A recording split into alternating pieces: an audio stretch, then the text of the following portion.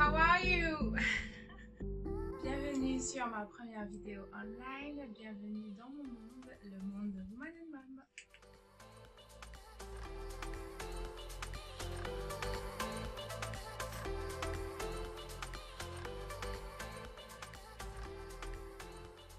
Donc là, vous le savez peut-être pas, mais nous sommes dans ma chambre parce qu'effectivement, vous faire rentrer dans ma vie comme ça, c'est vraiment vous faire rentrer dans mon intimité.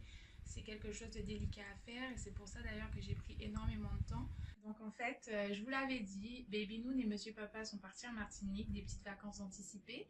Moi, je suis encore à Paris et je profite de cet événement inattendu pour me lancer dans les vidéos. J'y pensais depuis un petit moment, mais je n'étais pas encore sûre de moi, de ce que j'allais pouvoir vous dire, même si j'ai plein de choses à raconter, mais il me fallait un angle, etc. Donc j'ai préparé tout ça et aujourd'hui, I am here facing you. Et aujourd'hui, je tenais à me présenter. Qui suis-je?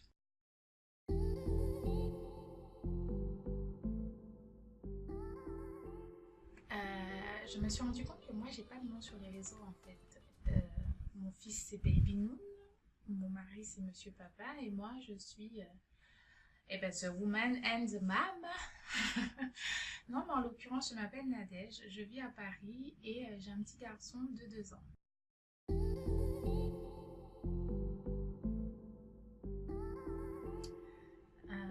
Pourquoi le blog? Pourquoi Woman and Mom? Pourquoi tout ça? Tout simplement parce que quand j'étais à la maternité, j'ai 2 amies qui sont venues et elles m'ont apporté un cadeau incongru, c'était de la lingerie. Là, je me suis dit, ah ouais, d'accord, les filles, c'est super gentil, mais tranquille, quoi. Je viens juste d'accoucher. Là, ma seule target, c'est mon bébé, en fait. Et elles m'ont dit, non, non, non, mais il faudra pas que tu t'oublies. Donc, en fait, la lingerie m'a forcé à me dire, si vous voulez, ok, oui, tu as passé un cap. Aujourd'hui, tu es maman, mais pas que. N'oublie pas ça. Et par rapport à ça, je me suis dit, ben, il faudra que je retrouve mon corps pour pouvoir mettre cette lingerie. Et surtout, je me suis dit qu'elles ont raison. Elles ont raison parce qu'on s'oublie, mais vachement vite en fait. On s'annule. On s'annule pour l'enfant, on s'annule pour tout. Enfin, tout ça pour vous dire que je me suis rendu compte qu'il y a beaucoup de choses qui peuvent dériver. Et c'est la raison pour laquelle je mets un point d'honneur à mon nom, hein, le Woman and Mom. Il faut toujours que je me rappelle, hey, don't forget yourself. Donc, en fait, c'est ce credo-là que j'ai décidé de prendre. Et puis, comme j'ai toujours eu envie d'écrire, le blog est né quelques temps après. Pourquoi il est né? C'est d'une part parce que, en tant que femme enceinte, je n'ai pas trouvé toutes les informations dont j'aurais voulu avoir la connaissance. Je me suis acheté un livre, alors je vous le montre. Yeah. Il est très lourd. Il est très très très très très lourd. Ce pavé, c'est un dictionnaire, disons les choses telles qu'elles sont. Il est immense, il est censé tout vous raconter sur la grossesse, sauf que moi ça m'a vite barbé. Donc au début j'étais très motive, j'ai lu les premières pages, j'avais choisi quelque chose d'assez coloré. Et puis après j'ai vite abandonné, je me suis dit bon allez, elle vienne que pourra. Donc j'ai pas du tout aimé le format. Pourtant, il n'empêche que j'avais besoin d'informations. Donc j'ai écumé le net et là j'ai trouvé moult, pléthore d'informations, sauf que c'est trop chiant en fait. C'est trop chiant parce que chacun il va de son avis et au final on se perd assez vite.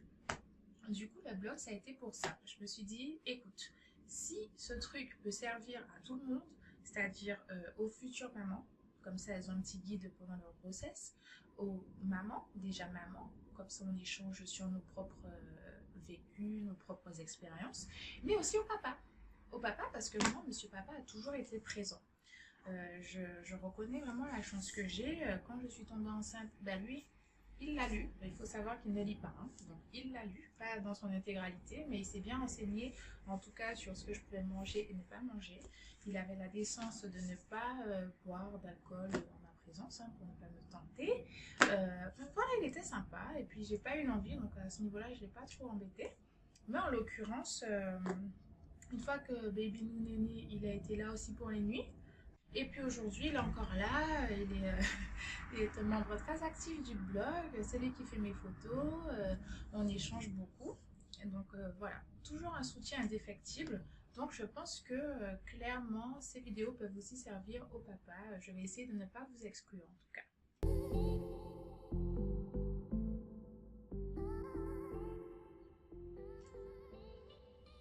La dernière raison, je pense la plus importante pour moi, celle qui a fait que j'ai créé le blog, c'est mon accouchement.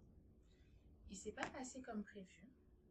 J'avais préparé un...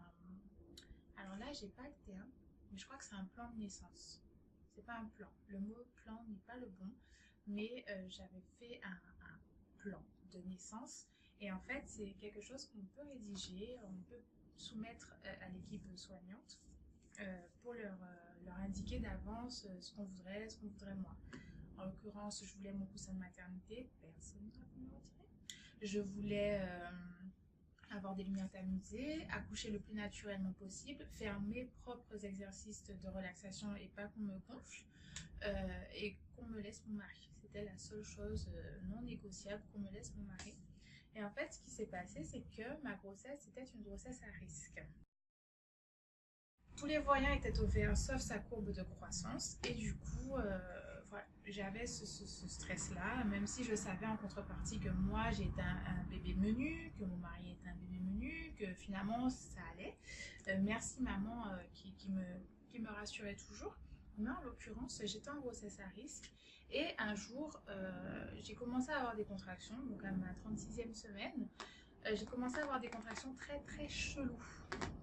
Il faut savoir que j'avais travaillé pour me préparer à cet accouchement, voilà. Sauf que quand j'ai appelé l'hôpital, ils m'ont pas trop prise en considération. Ils m'ont dit ouais, prenez un spasme. Je dis madame, je suis en grossesse à risque chez vous. Je veux accoucher sans péridurale, ça c'est dans mon plan de naissance, et pourtant vous me dites d'aller prendre un spasme. À la base, je suis pas une douillette, donc si je vous le dis, enfin faites quelque chose. Et la nana me dit, bon ben prenez un bain, mais sur un ton mais dédaigneux au possible. Vous, pendant ce temps, vous souffrez d'une contraction qui ne finit jamais. Du coup, j'ai décidé de rester chez moi toute cette journée. C'était un dimanche. J'ai commencé à avoir mal sérieusement dans la nuit. Enfin, j'ai commencé à avoir mal dans la nuit et plus sérieusement à 8 h du matin. Et puis, je suis allée à l'hôpital à 19 h.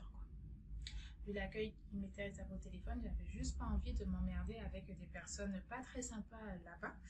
Et donc quand je suis arrivée, waouh, c'est grave, vite, on passe au bloc, blablabla, je vous passe les détails, mais en l'occurrence, on m'a retiré mon mari. Césarienne d'urgence parce que les contractions étaient effectivement trop fortes, donc ce n'était pas du cinéma. J'ai eu un décrochement du placenta, ce qui avait tendance à étouffer un petit peu Baby Noon, donc il respirait très mal. On récupérait très mal tous les deux puisque les contractions elles étaient up tout le temps. Bon ben voilà, césarienne d'urgence, et là, ben, comme c'était pas prévu, monsieur papa n'a pas pu me suivre, donc là je me suis effondrée.